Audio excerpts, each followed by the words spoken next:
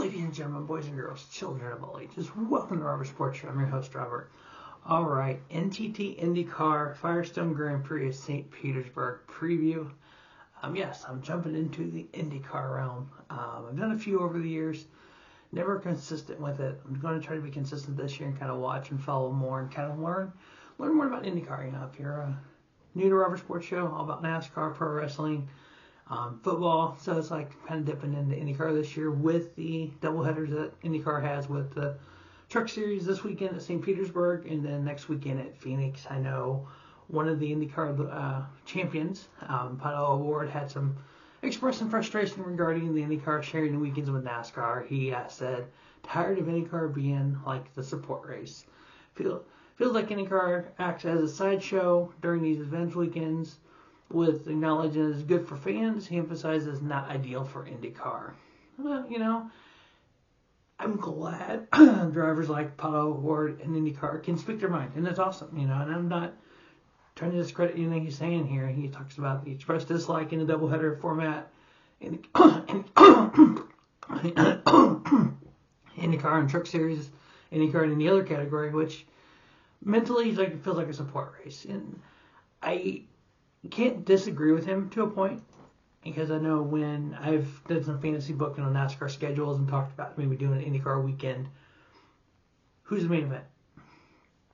It's like, okay, and if you do multiple NASCAR events, like if you do the next week is a doubleheader, the O'Reilly Auto Parts Series, Cup Series, and then IndyCar, it's almost like to a point IndyCar does get lost. And I can understand his frustration with that, you know.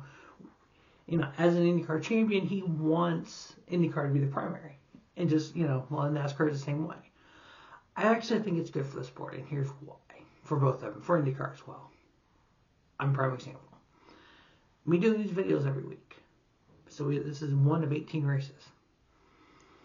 I probably wouldn't have done these videos as much, especially this year if I could be able to do the full season like I want, if it wasn't for the two crossovers.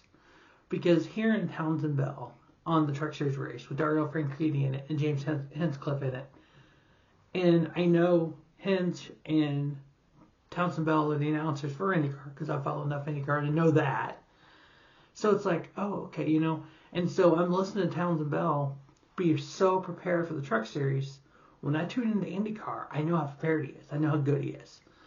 And so it's like, okay, you know, and I've watched Indy qualifying yesterday because of Townsend Bell and the fact they started off talking about the Truck Series. And so it's like, okay, you know, I think there can be that cohesiveness there between the series and doing a couple of these a year, and then maybe do one where NASCAR is the main event on Sunday and do one where IndyCar is the main event. I think you can consider the two a couple times a year to get some fans involved and see if that will help both sides. So we have 18 races this year for the IndyCar Series. 6 street, 6 road, 6 oval. I love how it's even like that. That's pretty cool. This has been the first race of the year at St. Petersburg since 2011, except for 2020. Firestone Grand Prix of St. Petersburg is 180 miles, 100 laps.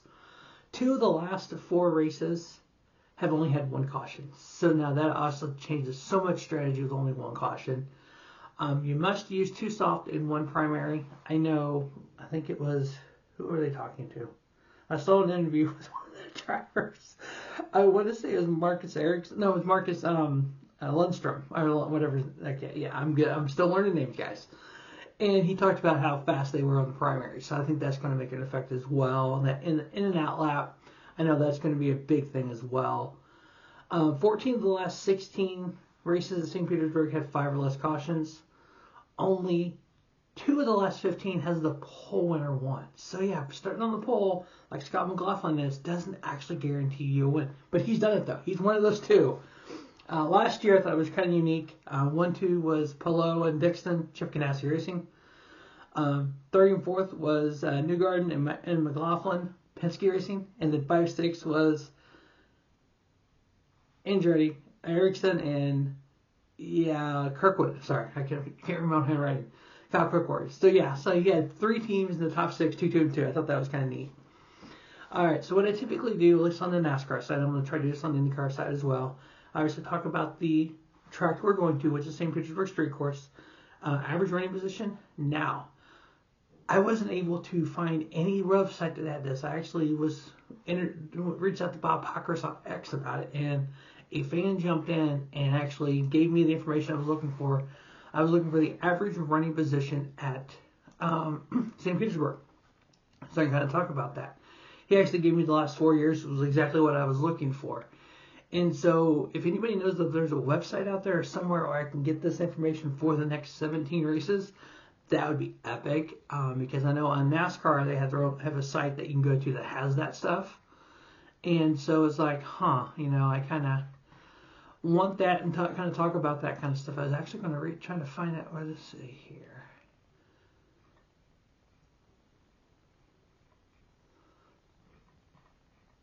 I didn't write down the dude that sent it to me. Let's see if I can find it real quick here.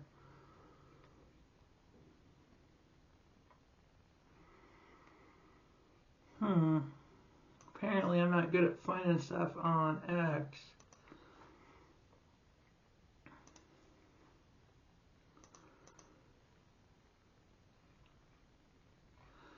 Well, anyway, I will try to find it and tag him in it here and give him credit for giving me that information.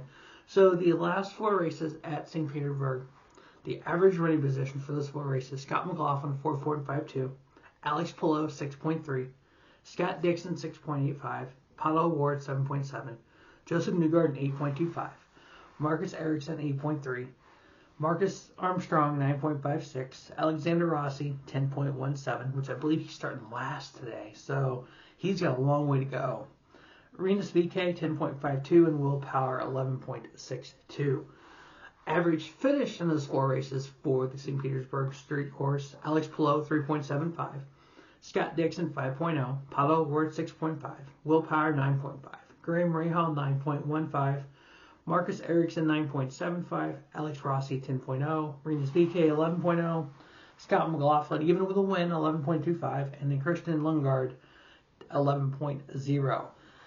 Now, as I build my notebook for IndyCar this year, when we get to these 6 street courses of the next 5, my plan is to be like, okay, on street courses, the guys average finishing this, and on this particular track, this, and kind of base it down by track. So the next week at the Oval at Phoenix, talk about a little bit about worldwide technology, because they're kind of similar size-wise. Phoenix is like 1.01, I think, or 1.1, and then worldwide technology is 1.25. Now, I know in the last 7 St. Petersburg Grand Prix, the winner came from the Fast 6. So I thought that was a very interesting stat as well. So if you're part of that Fast 6, typically, obviously, you're up front, you tend to win this race. So the Fast 6 for this race was Scott McLaughlin, Marcus Ericsson, Dennis Hanger, I think I messed that up, Alex Palou, David Malukas, and Raja Giron. I'm going to learn these names, I'm sorry. Messed that one all up. Alright, so typically when it comes to NASCAR, when I do my picks, I typically do 4 picks. Out of the 36 car field, truck field, it's typically like 11.1%. So with IndyCar, since we have a 25 car field, I'm just going to do 3 picks. And so the 3 picks are going to be Scott McLaughlin, Alex Palou, and Marcus Ericsson. And so what's going to happen with the next race next week at Phoenix, kind of go over, picks from this week, what we kind of think we're going to see at Phoenix, stats of the ovals for IndyCar, and then talk about points and whatnot. So as I build this notebook for the IndyCar side, kind of learn things, kind of talk about a little bit more, give more opinion here. And go back to that initial talk about Paddle Awards comments. I think there is a way a couple times a year to have IndyCar and NASCAR on the same track and on the same weekend, and still IndyCar not feel slighted by being a quote support series, be the main event on Sunday. And I think that's how it has to be. I think if they do this going forward, they need to have, like this week at the IndyCar race, we had the Truck Series and the Indy Next on Saturday. Those were the support races, and then Sunday was the main event, was the IndyCar race. I think like next weekend, I believe it's the O'Reilly Auto Parts Series and IndyCar on Saturday, and then Cups on Sunday, and that's quote the main event. Yeah, that race, technically, if you think about it, IndyCar is the support race. But I think if we do this again in the future, maybe have it where for one weekend, if the Cup is in town, Cup is the main event, and then the next time, whatever race it is, IndyCar is the main event. And I think if the trucks are there, I think the truck, and I think the announcers need to kind of talk about this as well, is kind of build that truck up and truck any O'Reilly Auto Parts Series up as the building block, kind of like NXT and IndyCar. You know, the Truck Series is kind of that stepping stone to get to the Cup Series. The O'Reilly Auto Parts Series is like the next rung on the level. The O'Reilly Auto Parts Series is kind of like the NXT Series, you know, where we build our future stars start here. You know, the names are made here. They build their name up there, and then they get to the Cup Series just like they get to the IndyCar Series. So that way you can kind of get the fans to realize, okay, yes, the Truck Series is there, the O'Reilly Auto Parts Series, but those are automatically support series. They're building blocks to get to the Cup Series. I just think the more fans are knowledgeable, and Townsend Bell did an excellent job at the truck race, the more the fans are knowledgeable about the other sport, I think it's going to help both sports. And I think Fox can play a big part in this. So I'm excited. Fun year. So we have the NTT Indy Car season opener, Firestone Grand Prix, St. Petersburg. The 3 picks to win: Scott McLaughlin, Alex Palou, Marcus Ericsson. As always, thanks for watching the Robert Sports Show. Don't just have a great day, have a spiffy day. Robert Sports Show, your YouTube leader in sports channel content.